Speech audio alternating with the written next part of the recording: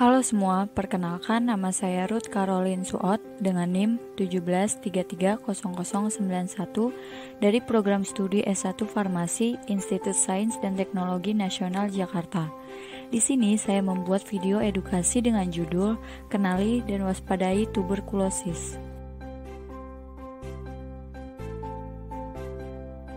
Sebelumnya, kita sudah sangat sering mendengar kata TBC. Tetapi, apakah kalian tahu apa itu TBC?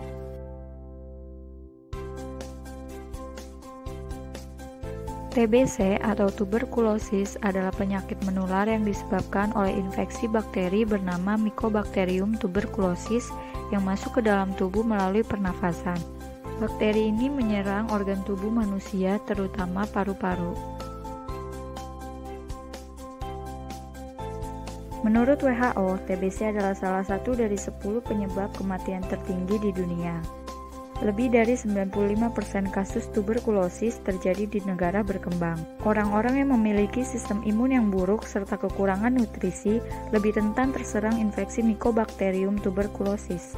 Pada tahun 2018, 10 juta orang terserang penyakit ini dan 1,5 juta orang diantaranya kehilangan nyawa akibat penyakit ini.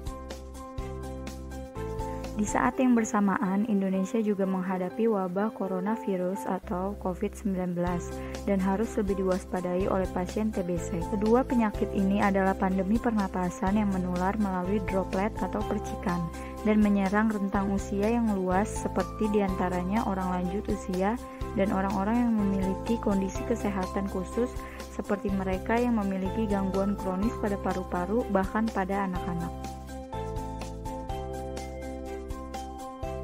Penularan TBC terjadi ketika seseorang menghirup udara yang terkontaminasi oleh bakteri tuberkulosis. Bakteri ini dikeluarkan oleh penderita saat batuk dan bersin dalam bentuk droplet alias percikan lendir.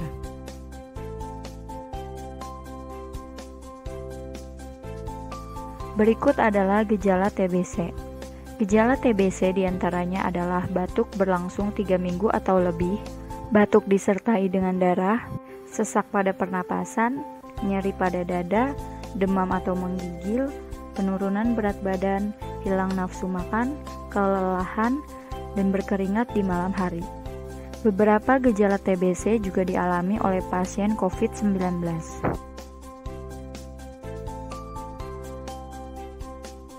Bagaimana cara kita mencegah TBC? Pencegahan TBC dapat dilakukan dengan beberapa cara, diantaranya adalah vaksin BCG. Adalah vaksin yang dapat mencegah penyakit TBC. Selain bayi dan anak-anak, vaksinasi BCG perlu dilakukan untuk orang-orang yang memiliki faktor risiko, terutama kelompok orang yang terus-menerus terpapar bakteri penyebab TBC.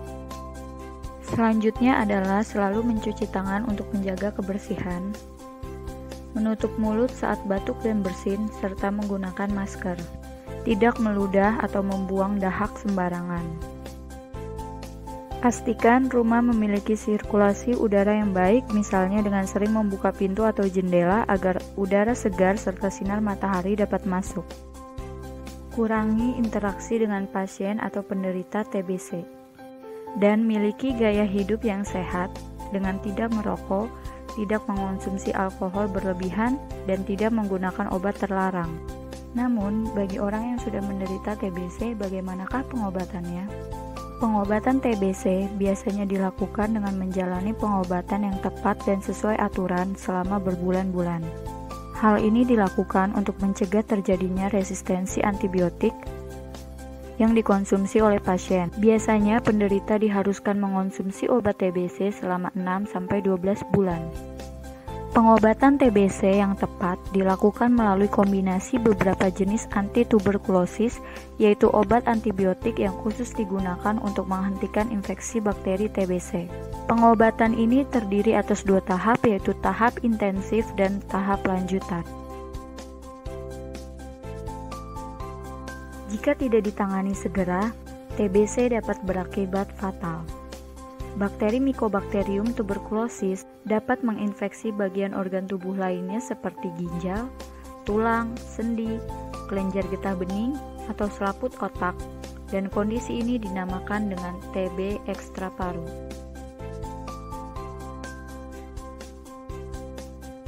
Sekian penjelasan dan informasi yang dapat saya bagikan dalam video edukasi ini.